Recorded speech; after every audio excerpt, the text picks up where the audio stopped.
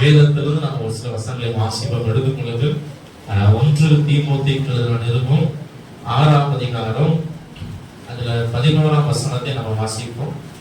1 தீமோத்தேயுக்கு எழுதின நிருபம் 6ஆம் அதிகாரம் அதுல 11ஆம் வசனத்தை வாசிங்க.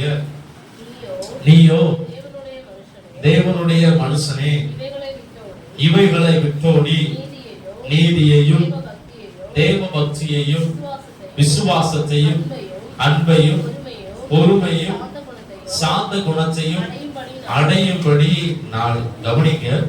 அப்போஸ்தலனாகிய பவுல் தன்னுடைய உடன் ஊழியராக இருந்த தீமோத்தேயுக்கு என்ன செய்கிறார், எழுதுகிறார். அதுல ஒரு 6 காரியங்கள் சொல்லப்பட்டிருக்கிறது. அது 2ஆவதாக ஒரு காரியம் சொல்லப்பட்டிருக்கிறது. தீமோத்தேயுவே என்ன பண்ணு, தேவ பக்தியை அடையும்படி நாடு. அது 6 காரியங்கள். அது ஒரு காரியத்தை நம்ம பார்க்க போறோம். தேவ பக்தியை குறித்து நம்ம வேதத்திலிருந்து ஒரு சில காரியங்கள் நம்ம என்ன செய்ய போறோம், பார்க்க போகிறோம்.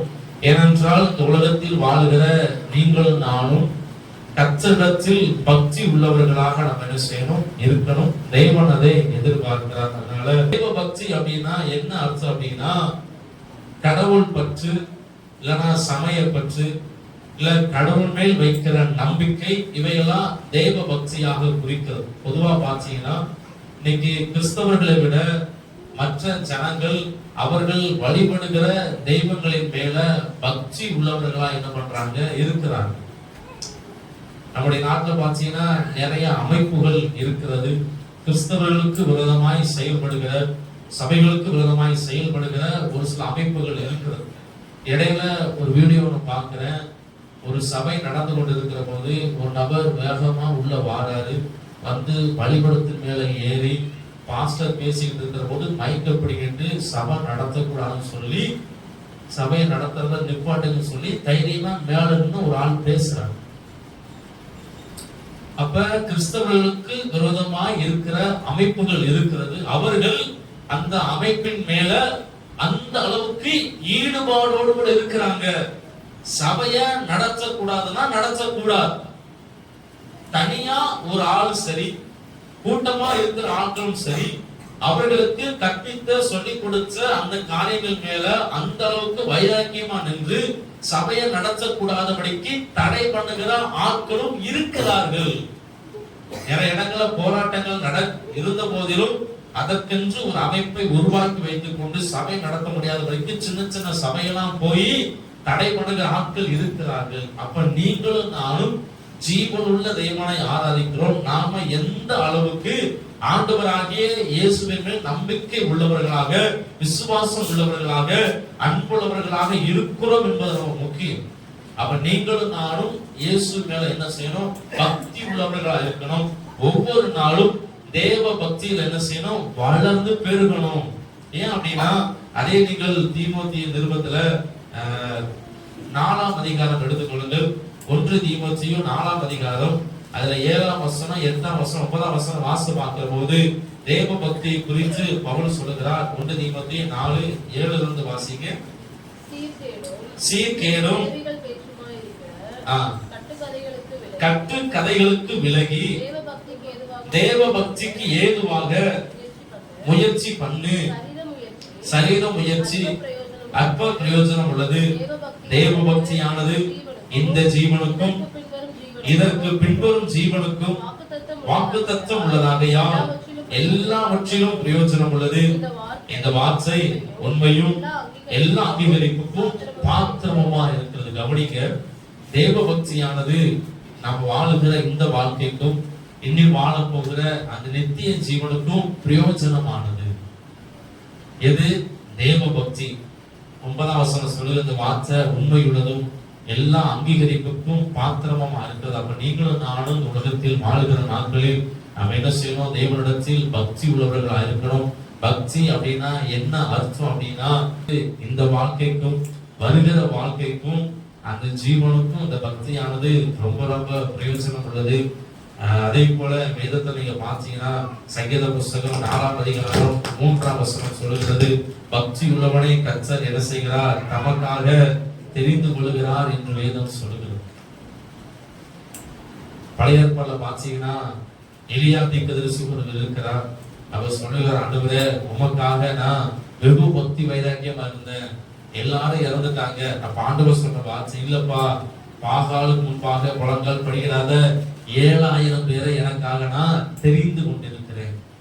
அப்ப என்ன புரிஞ்சுக்கணும் அப்படின்னா, ஒருவர் இந்த உலகத்தில் பக்தி உள்ளவனாய் இருந்தால், ஆண்டவர் முன்பாக நம்முடைய பக்தியை நாம் வெளிப்படுத்துவோமானால், ஆண்டவர் தம்முடைய வேலைக்காக, தம்முடைய நன்மைக்காக, தம்முடைய ஆசீர்வாதங்களுக்காக அந்த மனிதன் என்ன செய்கிறார், தெரிந்து கொள்ளுகிறார். இப்ப அப்போஸ்தலர் 2ஆம் அதிகாரத்துல சீசர்கள் எல்லாரும் பரிசுத்தாவியை பெற்ற என்பதாக பேதுரு எழுந்திருந்து பிரசங்கம் பண்ணுகிற போது ஏறக்குறைய 3000 ஜனங்கள் ரட்சிக்கப்பட்டு ஞானஸ்தானம் எடுப்பதற்கு ஒப்பு கொடுத்தார். ஆனா இந்த அப்போஸ்தலர் 2ஆம் அதிகாரம் 5ஆம் வசனம் வாசி பாத்தீங்கன்னா, உலகம் எங்கும் இருக்கிற தேவ பக்தியுள்ள யூதர்கள் எருசலேமில் வாசம் பண்றாங்க. அப்ப பேதுரு பிரசங்கத்தை கேட்டு எப்படி 3000 பேர் ரட்சிக்கப்பட்டார்கள் என்றால், அந்த 3000 பேரும் தேவ பக்தி உள்ளவர்கள், கர்த்தரிடத்தில் பக்தி உள்ளவர்களாக இருந்தார்கள். அவர்கள் தவறான போதையில் இருந்தார்கள். பேதுரு பிரசங்கத்தை கேட்டு இயேசுவுக்கு தங்களை ஒப்பு கொடுத்து ஞானஸ்தானம் பெற்றுக் கொண்டார்கள். அப்படி என்றால் தேவன் பக்தி உள்ள மனிதர்களை தம்முடைய வேலைக்காக, தம்முடைய நாம மகிமைக்காக, தம்முடைய ஆசீர்வாதங்களுக்காக ஆண்டவர் என்ன செய்கிறார் தெரிந்து கொள்கிற இந்த கிராமத்துல நீங்களும் நானும் பக்தி உள்ளவர்களா இருந்தால் ஆண்டவர் நம்முடைய குடும்பங்களை என்ன செய்வார், ஆசீர்வதிப்பார். சும்மா வாயில நாம சொல்லாம, நம்ம பல வேளைகளில் நம்முடைய வாயிலில் சொல்றோம், நான் ஆண்டவருக்காக அதை பண்ணுவேன், ஆண்டவருக்காக இதை பண்ணுவேன், நான் அப்படி இருக்க போறேன், இப்படி இருக்க போறேன்னு சொல்லாதபடிக்கு நம்ம என்ன செய்யணும், நம்முடைய செயல்பாடுகளில் நம்ம வெளிக்காட்டுவோமானால், நம்முடைய செயல்பாடுகளில் நம்ம கிரியைகளை செய்வோமானால் அது தேவன் அதிகமா என்ன செய்கிறார், எதிர்பார்க்கிறார். அப்ப இந்த நாளில் நம்ம முக்கியமான தீர்மானம் எடுக்கணும். நமக்குள் இருக்கிற பக்தியில் நம்ம என்ன செய்யணும், நாளுக்கு நாள் வளரணும். அதே போல ஒரு முக்கியமான காரியம், நம்மிடத்தில் இருக்கிற பக்தி நமக்கு பிரயோஜனமா இருக்கும். எல்லாம் கவனிங்க.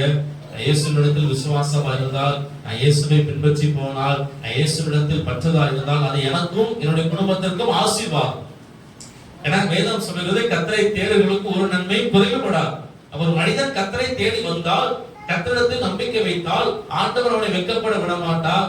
ஆண்டவருடைய குறைவுகளை சந்திப்பார், தேவைகளை சந்திப்பார், எல்லாவற்றையும் நிறைவாக்கும். அப்படின்னா கர்த்தரை தேடுவதில் நமக்கு ஒரு நன்மை இருக்கு. இயேசுவினிடத்தில் விசுவாசம் இருந்தால் பரலோகத்தில் பங்குள்ளவர்களாய் மாறலாம். எப்ப நம்ம செய்திகளை கேட்கும், இன்மைக்காக மாத்திரமல்ல மறுமைக்கான படைச்ச கர்த்தர் மேல நம்பிக்கையா இருங்க.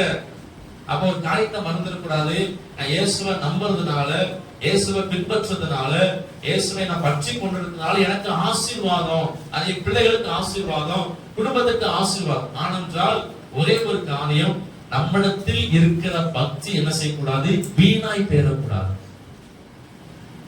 இன்னைக்கு அதான் செய்தனுடைய முக்கியமான காரியம். ஒரு வசனம் மட்டும் நாம் எடுத்து வாசிப்போம். யாக்கோபு நிருபம் 1ஆம் அதிகாரம் 26ஆம் வசனத்தை வாசிங்க. யாக்கோபு நிருபம் 1ஆம் அதிகாரம் 26ஆம் வசனம். உங்களில் ஒருவன் தன் நாவை அடக்காமல் தன் இருதயத்தை வஞ்சித்து தன்னை தேவ பக்தி உள்ளவன் என்று எண்ணினால் அவருடைய தேவ பக்தி வீணா இருக்கும். கவனிங்க, வேதம் சொல்கிறது, ஒருவன் தன் நாவை அடக்காமல் தன் இருதயத்தை ஏமாற்றி நான் தேவ பக்தி உள்ளவன் என்று சொன்னால் அவனுடைய தேவ பக்தி வீணா இருக்கும். அப்படின்னா நீங்க செய்தனுடைய முக்கியமான காரியம் என்னவென்றால், நீங்களும் நானும் தேவனிடத்தில் பக்தியா இருக்கிறோம். நம்முடைய பக்தியினால நம்ம தேவனிடத்தில் விசுவாசமா இருக்கிறோம். அநேக ஜனங்களுக்கு ஜெபிக்கிறோம், அநேக ஜனங்களுக்கு நாம நன்மை செய்கிறோம், அநேக ஜனங்களுக்கு நாம உதவி செய்கிறோம். எல்லாமே நல்லது. இதனால நம்முடைய குடும்பத்துக்கு ஒரு ஆசீர்வாதம் இருக்குது. அந்த ஆசீர்வாதத்தை நம்ம இழந்துடக்கூடாது. அப்படின்னா நம்முடைய நாவை நாம கண்ட்ரோல் பண்ணணும். நம்முடைய நாவை நம்ம கண்ட்ரோல் பண்ணாம நம்ம என்னதான் செய்தாலும் நம்முடைய பிரயாசங்கள், நம்முடைய தேவ பக்தி வீணாய் போயிடும். நீங்க நிறைய பேர் கடினமாய் உழைத்து ஊழியத்துக்காக உற்சாகமா கொடுக்கிறார்கள், காணிக்கைகள் அதிகமா கொடுக்கிறாங்க, தசமபாகங்களை கொடுக்கிறார்கள். இதற்குண்டான பலன் நம்முடைய குடும்பத்திற்கு வரணும். அதற்கு நம்முடைய தேவ பக்தி வீணாய் போயிடக்கூடாது. தேவ பக்தி வீணாய் போகக்கூடாது. அப்படின்னா நம்முடைய நாவை நம்ம கண்ட்ரோல் பண்ணணும். நம்முடைய நாவை கண்ட்ரோல் பண்ணாம நம்ம என்னதான் செய்தாலும் அது கர்த்தருக்கு முன்பாக பக்தியை வராது. நாவை கண்ட்ரோல் பண்ணாம மற்றவங்களுக்கு நம்ம ஜெபிக்கிறோம், நாவை கண்ட்ரோல் பண்ணாம மற்றவங்களுக்கு உதவி செஞ்சாலும் சரி, நாவை கண்ட்ரோல் பண்ணாம பாவங்கள் விலகி வாழ்ந்தாலும் அது நமக்கு பிரயோஜனப்படாது. வேதம் அதான் சொல்லுகிறது, ஒருவன் தன் நாவை அடக்காமல் என்னை பக்தி உள்ளவன் என்று எண்ணினால் அவருடைய தேவ பக்தி வீணாய் போயிரும். அதனாலதான் சங்கீதம் 141:3 தாவீது ஜெபிக்கிறார், ஆண்டவரே என் வாய்க்கு என்ன பண்ணுங்க, காவல் வைங்க, என் உதடுகளின் வாசலை என்ன பண்ணுங்க, காத்து கொள்ளுங்க. அப்ப ஒவ்வொரு நாளும் நம்ம ஜெபிக்கிற, ஆண்டவரே என் வாய்க்கு என்ன பண்ணுங்க, காவல் வைங்க, என் உதடுகளின் வாசலை என்ன பண்ணுங்க, காத்து கொள்ளுங்க சொல்லி நாம் என்ன செய்யணும், ஜெபிக்கிற போது கர்த்தர் நிச்சயமா நமக்கு என்ன செய்வார், கிருபைகளை கொடுப்பார், பலனை கொடுப்பார். அப்ப நீங்களும் நானும் ஒரு காரியத்தை மறந்துடக்கூடாது. நம்முடைய தேவ பக்தி நமக்கு பிரயோஜனமா இருக்கணும், நம்முடைய குடும்பத்துக்கு பிரயோஜனமா இருக்க வேண்டுமானால் நமக்குடைய நாவை என்ன செய்யணும், நாம கண்ட்ரோல் பண்ணணும், நாவை அடக்கணும். கர்த்தருடைய பிள்ளைகள் என்றைக்குமே அவசரப்பட்டு பேசக்கூடாது. கர்த்தருடைய பிள்ளைகள் என்றைக்குமே என்ன செய்யணும், நிதானமாய் பொறுமையாய் பேசுகிறவர்களாக நாம் இருக்கணும். நம்ம இன்னைக்கு வேதத்திலிருந்து ஒரு சில காரியங்களை பார்க்க போவது என்னென்றால், நாம் எல்லாரும் கர்த்தரை தேடுகிறவர்கள், கர்த்தரிடத்தில் பக்தியா இருக்கிறவங்க. நம்முடைய பக்தி வீணாய் போகக்கூடாது அப்படின்னா நம்முடைய நாவை என்ன செய்யணும், கண்ட்ரோல் பண்ணணும். வேதத்துல ஒரு 10 விதமான நாவினுடைய தன்மைகளை குறித்து வேதத்தில் சொல்லப்பட்டிருக்கிறது. அதை ஒவ்வொன்றாக பார்க்க போறோம். முதலாவது, ஒரு 7 நாவுகளுடைய தன்மை கர்த்தருடைய பிள்ளைகளுக்கு ஒருபோதும் வரக்கூடாது. இரண்டாவதாக வசனத்தை எடுத்துக் கொள்ளுங்கள். நீதிமொழிகளின் புஸ்தகம் 6ஆம் அதிகாரம் 17ஆம் வசனம் எடுத்துக் கொள்ளுங்கள். அதே போல நீதிமொழிகள் 17ஆம் அதிகாரம் 20ஆம் வசனம், 2 வசனங்களை நம்ம வாசிப்போம். நீதிமொழிகள் 6:17, நீதிமொழிகள் 17:20 வாசிங்க. அவையாவன மேட்டிமையான கண், பொய் நாவு. நீதிமொழிகள் 17:20 வாசிங்க. மாறுபாடான இருதயம் உள்ளவன் நன்மையை கண்டடைவதில்லை, புரட்டு நாவுள்ளவன் தீமையில் விழுவான். நல்லா கவனிங்க, பிள்ளைகள்லாம் கவனிக்கணும். கடைசியில கேட்ப 10 நாவை குறித்து கேட்ப, ஆளுக்கு ஒண்ணு என்ன செய்யணும் சொல்லணும். சரி, ஒவ்வொன்றா ஞாபகம் வச்சுக்கோங்க. ஏன் அப்படின்னா ரொம்ப முக்கியமான வார்த்தைகள். ஏன்னா நம்முடைய நாவு, நம்முடைய பேசுகிற பேச்சு நம்முடைய விசுவாசத்தை குலைக்கிறது, நம்முடைய பரிசுத்தத்தை குலைக்கிறது, நம்முடைய நீதியை குலைக்கிறது, நமக்கு வருகிற நன்மையை குலைத்து போடும். ஏன்னா அது நம்முடைய தேவ பக்தியை வீணாய் மாற்றிவிடும்.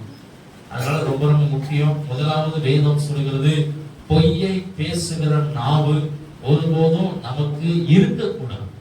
ஒரே நாக்கு தான், அந்த நாக்கினுடைய தன்மைகள் பல விதங்கள் இருக்கு. அதுல முதலாவது ஒரு நாக்கு வேதம் சொல்கிறது, பொய் நாவு புரட்டு வாய் அப்படின்னு 2 சொல்லப்படும். புரட்டு நாவு சொல்ல, புரட்டு நாவு அப்படின்னா சத்தியத்தை மாற்றி மாற்றி பேசுகிறது, உண்மையை மாற்றி மாற்றி பேசுகிற தன்மை. அப்ப பொய்யை பேசுகிற நாவு நமக்கு வந்துடக்கூடாது. ஏன்னா அதே நீதிமொழிகள் 12:22 சொல்லுகிறது, பொய் உதடுகள் கர்த்தருக்கு அருவருப்பானவைகள், உண்மையாய் நடக்கிறவர்கள் அவருக்கு பிரியம். அப்ப பொய்யான உதடுகள் நமக்கு வந்துடக்கூடாது. ஏன் அப்படின்னா இன்னைக்கு பொய் பேசுவது உலகத்துல சாதனமாய் ஆகிவிட்டது.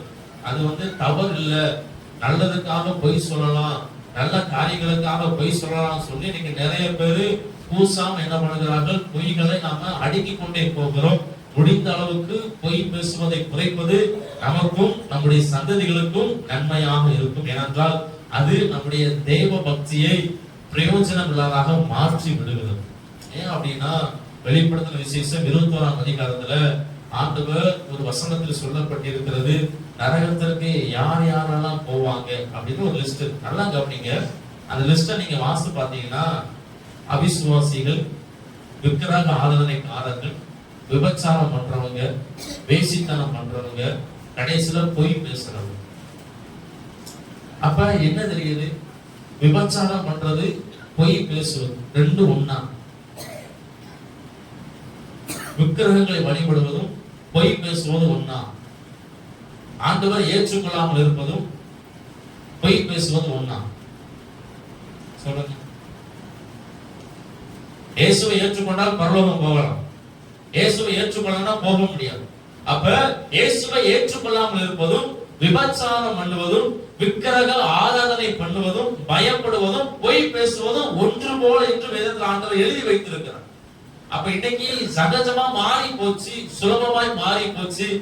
அப்ப நீங்களும் நானும் பொய்யை பேசுகிற நாவை உடையவர்களாக நாம் இருக்கக்கூடாது. ஒரு கர்த்தருடைய பிள்ளை பொய்களை பேசிக்கொண்டே போவானால் என்ன நடக்கும் அப்படின்னா, இன்னைக்கு அப்படித்தான் மாறி போச்சு. பொய்யை பேசி பேசி பேசி பொய் பேசுவது தவறு அப்படின்னு நிறைய பேருக்கு தெரிய மாட்டேங்குது. அதுல என்ன தப்பு இருக்கு? சர்வசாதாரணமா நம்மள அறியாம நாம பொய்களை பேசிடுறோம். அது ஆட்டோமேட்டிக்கா நம்முடைய நாவல வந்துடுது. ஏன்னா அந்த அளவுக்கு நம்முடைய நாவு பழகிடுச்சு பொய் பேசுறதுல. ஆனா முடிந்த அளவுக்கு பொய் பேசாமல் இருக்க நீங்கள் பிரயாசப்படுங்கள். ஏன்னா வேதம் சொல்லுகிறது பொய் நாவு நம்முடைய வாழ்க்கை என்ன செய்யக்கூடாது, வரக்கூடாது.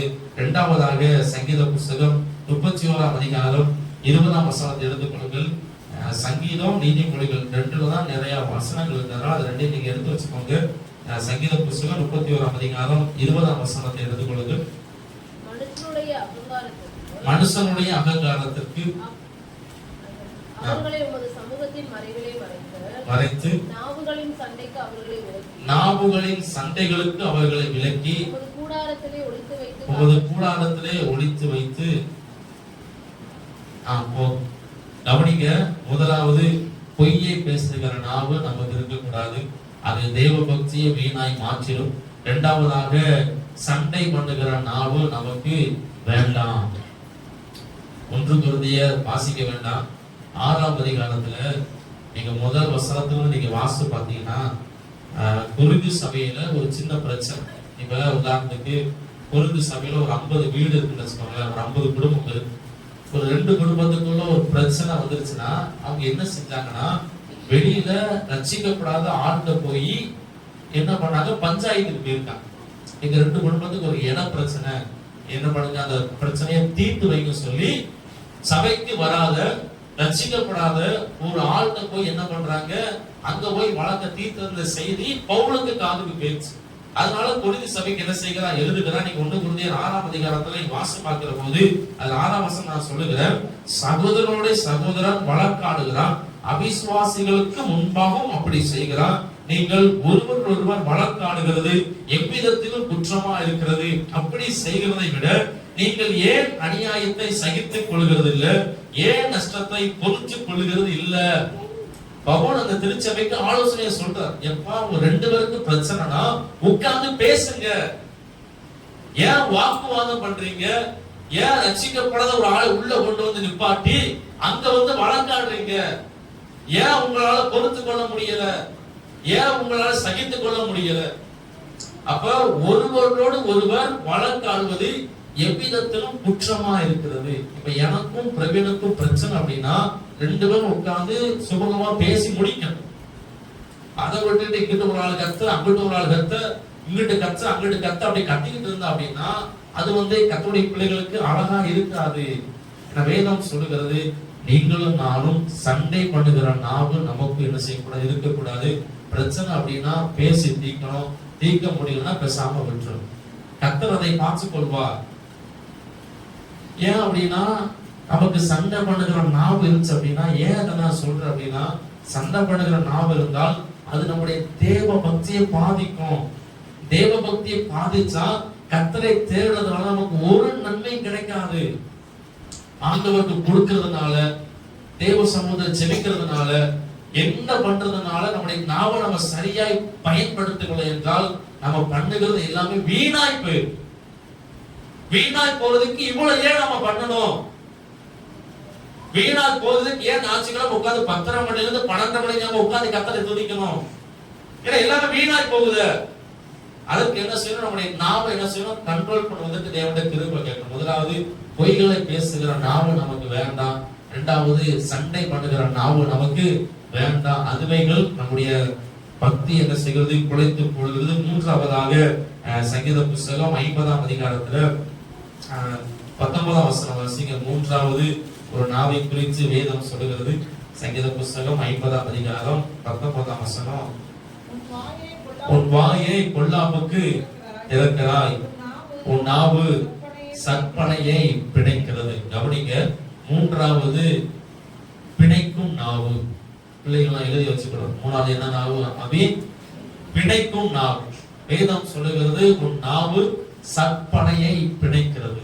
சற்பனை அப்படின்னா என்ன அர்த்தம் அப்படின்னா வஞ்சகம், ஏமாற்றுதல் என்ற அர்த்தம். அப்படின்னா வஞ்சகமாய் பேசுகிற நாவு, மற்றவர்களை ஏமாற்றுகிற வார்த்தைகளை பேசுகிற நாவு நமக்கு என்ன செய்யக்கூடாது, இருக்கக்கூடாது. இன்னைக்கு நம்முடைய நாட்டுல பாத்தீங்கன்னா ஏமாற்றுகிற கூட்டங்கள் பெருகிடுச்சு. செல்போன் மூலமா போட்டு அது இருக்கு இது இருக்குன்னு சொல்லி இன்னைக்கு பெரிய பெரிய வசதி படைத்தவர்கள் ஏமாந்து போறாங்க. நியூஸ்ல நீங்க பாரு, உங்களுக்கு அந்த பார்சல் வந்திருக்கு, உங்களுக்கு இந்த பார்சல் வந்திருக்கு, உங்க டிடிவி இதுவா அதுவான்னு கேட்டு எல்லாத்தையும் வாங்கி கடைசியில அக்கௌண்ட்ல இருக்கிற பணத்தை எல்லாம் இட்டு போயிருக்காங்க. ஏமாந்து போற கூட்டங்கள் இருக்கிறது. அப்ப வேதம் சொல்கிறது நம்முடைய நாவு வஞ்சகத்தை பேசுகிற நாவாக, மற்றவர்களை ஏமாற்றுகிற நாவாக என்ன செய்யக்கூடாது, இருக்கக்கூடாது. வேலையை வாங்கித்தாரேன், காசை கொடுங்க சொல்லி ஏமாற்றுற கூட்டம் இருக்கு. அது பண்ணித்தாரேன் இது பண்ணித்தாரேன் சொல்லி. ஏன்னா போன வருஷத்துல பாத்தீங்கன்னா நியூஸ்ல பாக்குற ஏகப்பட்ட ஒரு கம்பெனியில சீட்டு போட்டுக்கிறாங்க, மாதம் 5000 போடுற சீட். ஒரு பல்கான அமௌண்ட் வந்த உடனே கடையை படின்னு அமௌண்ட் ஓடிட்டான். பணம் போட்டவங்க அந்த நோட்டை கையில வச்சுக்கிட்டு உட்கார்ந்து அழுகுறாங்க, எங்க காசை காணும், தூக்கிட்டு போயிட்டாங்க, அது போயிட்டாங்க இது போயிட்டாங்க சொல்லி பிரச்சனை நடக்கும். ஏற்கனவே நம்ம சொல்லியிருந்தேன், தீபாவளி டைம்ல சிவகாசியில ஒரு கடையை ஓபன் பண்ணி நிறைய வெடிகளை வச்சு ஆன்லைன்ல என்ன பண்ணிருக்கிறாங்க, வியாபாரம் பண்ணியிருக்கிறாங்க. அந்த கடை ஞாபகம் வரும். ஒரு கடை ஆன்லைன்ல நிறைய பேர் 5000 ரூபாய்க்கு 10,000 ரூபாய்க்கு என்ன பண்ணாங்க, பணம் கட்டி இந்த வெடிகள்லாம் வேணும்னு சொல்லி ஆர்டர் பண்ணியிருக்கிறாங்க. தீபாவளி நெருங்கிருச்சு, நிறைய பேருக்கு ஆர்டர் பண்ண பார்சல் வருது. ஒரு சில பேருக்கு வந்து 5000 ரூபாய்க்கு ஆர்டர் பண்ணியிருந்தா 1000 ரூபாய் மதிப்புள்ள வெடி வந்திருக்கு. என்னன்னு வண்டி எடுத்து சிவகாசி வந்து பார்த்தா கடையை காணும். அப்படின்னா தவறாக ஒரு வெப்சைட்டை உருவாக்கி ஆர்டர் வாங்கி பணத்தை எல்லாம் வாங்கி கடைசியில க்ளோஸ் பண்ணிட்டு அவார்ட்ல போயிட்டான். ஏமாந்து போனவங்க ஏமாந்து போனவங்க. அப்ப வஞ்சகமாய் பேசுகிற ஆட்கள் நம்முடைய நாட்டுல பெருகிட்டாங்க. ஏமாற்றி பணத்தை கொடுக்குகிற ஆட்கள் பெருகிட்டாங்க. அந்த இதுக்குள்ளாக நாம மாட்டிக்கொள்ளக் கூடாது. நம்முடைய நாவும் அதுல என்ன செய்யக்கூடாது, சேர்ந்துடக்கூடாது. அப்ப நம்முடைய நாவு பிணைக்கிற நாவாக, வஞ்சகத்தை பிணைக்கிற நாவாக, அதை போல ஏமாற்றத்தை பிணைக்கிற நாவாக இருக்கக்கூடாது. அத வேதம் சொல்கிறது, உள்ளதை உள்ளதென்றும் இல்லதை இல்லதென்றும் சொல்லுங்கள். இதற்கு மிஞ்சினது தீமையினால் உண்டாகும். தெரியும்னா தெரியும் சொல்லணும், தெரியல அப்படின்னா தெரியலன்னு சொல்லணும். மாத்தி மாத்தி என்ன செய்யக்கூடாது, பேசக்கூடாது. மூன்றாவதாக பிணைக்கிற நாவு நம்முடைய தேவ பக்தி என்ன செய்யும், வீணாய் மாற்றிரும். நான்காவதாக வசனத்தை எடுத்து வாசிங்க. ரோமர் நிருபத்துல 3ஆம் அதிகாரம் 14ஆம் வசனத்தை வாசிப்போம். ரோமர் நிருபம் 3ஆம் அதிகாரம் 14ஆம் வசனத்துல, அவர்கள் வாய் சபிப்பினாலும் கசப்பினாலும் நிறைந்திருக்கிறது. கவனிங்க, நாலாவதாக சாபமான வார்த்தைகளை பேசுகிற நாவு நமக்கு என்ன செய்யக்கூடாது, இருக்கக்கூடாது. கவனிக்கணும். இன்னைக்கு பாத்தீங்கன்னா என்னைக்குமே குடும்பத்துக்குள்ளையும் சரி, எல்லா இடங்களிலும் சரி, கர்த்தருடைய பிள்ளைகள் ஆசீர்வாதமான வார்த்தைகளை நாம் என்ன செய்யணும், பேசணும். ஒருபோதும் சாபமான வார்த்தைகள் என்ன செய்யக்கூடாது, பேசக்கூடாது. ஏன்னா இன்னைக்கு நிறைய இடங்களில சாபமான வார்த்தைகள் வருவதை நாம பார்க்கிறோம். சாபமான வார்த்தைகள் என்ன அப்படின்னா, நீ நல்லா இருக்க மாட்டே, நீ அப்படி போயிருவ, நீ இப்படி போயிருவ அப்படின்னு யார சொல்றாங்க? 10 மாசம் பெற்று 20 வயசு வரைக்கும் சாப்பாடு போட்டு வளர்த்த பிள்ளைய பார்த்து சொல்றேன். அப்படிதானே நீங்க சொல்லியிருக்கீங்களா தெரியல. பிள்ளைய பார்த்து சொல்றான், நீ என் பேச்ச நீ கேட்கல, நீ எப்படி போறன்னு பாரு, நீ எப்படி இருக்க போற பாரு. யார பார்த்து? பிள்ளைகளை பார்த்து பேசுகிற பெற்றோர்கள் இருக்கிறாங்க. ஏன் அப்படின்னா, நீங்க சொன்னீங்கன்னா நிச்சயமா நடக்கும். வார்த்தைக்கு வல்லமை இருக்கு. ஏன்னா ஆண்டவர் வார்த்தையினால்தான் உலகத்தை படைத்திருக்கிறார். வேதம் சொல்கிறது, மரணமும் ஜீவனும் நாவின் அதிகாரத்தில். ஒருபோதும் கர்த்தருடைய பிள்ளைகள் சாபமான வார்த்தைகளை பேசக்கூடாது. ஆசீர்வாதமான வார்த்தைகளை மட்டும் தான் நாம பயன்படுத்தணும். ஏன் அப்படின்னா, ஒரு சில பேருடைய வாய்கள் சபிப்பினால கசப்பினால நிறைந்திருக்கிறது. அப்ப நம்ம சாபமான வார்த்தைகளை பேசுவோமானால் அது நம்முடைய தேவ பக்தி என்ன செய்யும், வீணாய் மாற்றும். அப்ப கர்த்தருடைய பிள்ளைகள் என்ன செய்யக்கூடாது, சாபமான நாவு, சாபமான வார்த்தைகளை பேசுகிற நாவு நமக்கு என்ன செய்யக்கூடாது, இருக்கக்கூடாது. ஆசீர்வாதமான வார்த்தைகளை பேசுகிற நாவாக நாம் என்ன செய்யணும் இருக்கணும். அஞ்சாவதாக யாக்கோபு நிருபத்துல 3ஆம் அதிகாரம் 5ஆம் வசனம் சொல்லுகிறது, பெருமையானவைகளை பேசுகிற நாவு நமக்கு இருக்கக்கூடாது. அஞ்சாவது ஒரு நாவினுடைய தன்மை பெருமையான காரியங்களை பேசக்கூடாது. நம்முடைய வாழ்க்கையில எல்லாவற்றுக்காக என்ன செய்யணும், கர்த்தரை முன்னிட்டு நாம் என்ன செய்யணும், கர்த்தரை நாம் என்ன செய்யணும், மகிமைப்படுத்தணும். ஆண்டவர் தான் எனக்கு வல்லமை கொடுத்தார், ஆண்டவர் தான் ஞானத்தை கொடுத்தார் சொல்லி நம்மை குறித்து நம்ம பேசாமல் நம்முடைய வாழ்க்கையில் வந்த எல்லாவற்றுக்காக என்ன செய்யணும், கர்த்தரை முக்கியப்படுத்தணும். இப்ப எங்களுடைய ஊழியர் மீட்டிங் எல்லாம் எப்படியும் மாசம் இந்த காரியம் எப்படியாவது பேச்சுல வரும். என்ன பேச்சுல வரும் அப்படின்னா, இந்த நிறைய ஊழியர்கள் செய்கிற வேலை எப்படின்னா, இந்த பொண்ணு வாக்குறது மாப்பிள்ளை வாக்குற வேலையை நிறைய பேர் செய்வாங்க. இந்த பொண்ணு இருக்கு அந்த மாப்பிள்ளை இருக்கு சொல்லி அந்த திருமண காரியத்துல என்ன செய்வாங்க, நிறைய ஊழியர்கள் ஈடுபடுறாங்க. அப்ப ஊழியர் இப்படியாக சொன்னார் எப்படின்னா, அவர் நிறைய பேருக்கு இந்த மாதிரி பொண்ணு மாப்பிள்ளை பார்த்து கொடுத்துருக்கிறார். அப்ப 2 பேருக்குள்ள ஒரு பிரச்சனை வந்தோடனே அந்த வீட்டுக்கு வேகமா வந்து, பாஸ்டர் நீங்க பார்த்த பொண்ணு தானே, நீங்க பார்த்த மாப்பிள்ளை தானே சொல்லி பாஸ்டர்ட்ட சண்டைக்கு போறாங்க. நீங்க பார்த்து விட்ட பொண்ணு தானே, நீங்க பார்த்து விட்ட பையன் தானே சொல்லி என்ன பண்றாங்க, சண்டைக்கு வராங்க. ஆனா நல்லா இருந்தா நம்மகிட்ட வந்து சொல்ல மாட்டேங்கிறாங்க. புரியுதா? மாப்பிள்ளை பொண்ணை பார்த்து கட்டி வச்சா 2 பேரும் நல்ல சந்தோஷமா இருந்தா, நல்ல வசதியா இருந்தா, பாஸ்டர் ஆண்டவரே உங்க பாஸ்டருக்கு ரொம்ப ரொம்ப நன்றி, நீங்க பார்த்த புள்ள, நீங்க பார்த்த பையன் நல்லா இருக்கான்னு சொல்லி சொல்ல மாட்டாங்களா? ஆனா சண்டை பிரச்சனை வந்தா நேரா பாஸ்டர் நீங்க பார்த்த நீங்க இருந்தவங்க வந்து பிரச்சனையை தீர்த்து விட்டு போங்க, நீங்க வந்து பேசி பழகிட்டு போங்க. அப்ப எப்படி ஆகி போச்சு, நல்லதுக்கு யாரும் சொல்றது இல்ல, கெட்டதுக்கு தேடி. அப்ப நீங்க நிறைய பேர் என்ன பண்றாங்க அப்படின்னா, குடும்பத்துல பிரச்சனை வந்தா ஆண்டவரே உங்களுக்கு கண் இல்லையா, ஏன் இப்படி பண்றீங்க, ஏன் இப்படி செய்றீங்க, நல்லது வந்து அது இவனுக்கு நன்றி கூட நிறைய பேர் சொல்றது இல்லை. நீங்க நிறைய பேருக்கு சோத்திரம் சொல்வதற்கு வாய்கள் நிறைய பேருக்கு வலிக்கு. அந்த சோத்திரம் நன்றி அப்படின்னு சொல்றதுக்கு நிறைய பேருக்கு முடிய மாட்டேன். ஆனா குடும்பத்தோட பிரச்சனை வந்ததுன்னா ஆண்டவரை கேட்காத கேள்விகளை கேட்கிறாங்க. எங்களை பார்த்தா மனசுனா தெரியலையா, கண்ணு தெரியலையா, இங்க பார்க்க மாட்டீங்களா, நாங்க அது பண்ணமே இது பண்ணமே அது செஞ்சோமே இங்க போனமே அங்க வந்தமே சொல்லி அதை சொல்லுகிற ஆட்கள் நிறைய பேர் இருக்கிறார். நல்லது நடந்தா ஆண்டவருக்கு நன்றி சொல்லுகிற கூட்டங்கள் குறைஞ்சிருச்சு. ஆண்டவரே நீங்க செய்த நன்மைகளுக்காக நன்றி அப்படின்னு சொல்றதுக்கு நிறைய பேருக்கு என்ன வரப்படுது, மனசு வரப்படுது. அப்ப வேதம் சொல்கிறது, பெருமையானவைகளை கர்த்தருடைய பிள்ளைகள் என்ன செய்யக்கூடாது, பேசக்கூடாது. நம்முடைய வாழ்க்கையில நல்லது வந்ததோ கெட்டது வந்ததோ எது நடந்தாலும் கர்த்தரை முன்னிட்டு நம்ம என்ன செய்யணும். ஏன்னா யோபா தான் செய்தார், கர்த்தர் கொடுத்தார், கர்த்தர் எடுத்தார், கர்த்தருடைய நாமத்திற்கு ஸ்தோத்திரம். யோபா தன்னை குறித்து பெருமையா பேச கர்த்தரை முன்னிட்டு என்ன பண்ணா செயல்படுத்துறது போல. 5வதாக பெருமையானவைகளை பேசுகிற நாவு நமக்கு என்ன செய்யக்கூடாது, இருக்கக்கூடாது. அதே போல இன்னொரு வசனத்தை நம்ம எடுத்து வாசிப்போம். சங்கீத புஸ்தகம் 52ஆம் அதிகாரம் எடுத்துக்கொள்ளுங்கள். 6வதாக ஒரு நாவை குறித்து வேதம் சொல்கிறது. சங்கீத புஸ்தகம் 52ஆம் அதிகாரம் அதுல 4ஆம் வசனம் நம்ம வாசிப்போம். கபடம் உள்ள நாவே சங்கரிக்கும் சகல வார்த்தைகளையும் விரும்புகிறாய். கவனிங்க, 6வதாக ஒரு நாவினுடைய தன்மையை வேதம் சொல்கிறது. கபடம் உள்ள நாவு, கபடு செய்கிற நாவு நம்முடைய இருக்கக்கூடாது. கபடம் உள்ள நாவு எப்படின்னு அதே வசனம் சொல்கிறது, சங்கரிக்கும் வார்த்தைகளை நீ விரும்புகிறாய். நல்லா கவனிங்க, ஒரு கிராமத்திற்கு இயேசுவானவர் சுவிசேஷத்தை அறிவிக்கும்படி போகிறார். அங்க போகிற போது அங்க இருக்கிற ஜனங்கள் இயேசுவை தடை பண்றாங்க.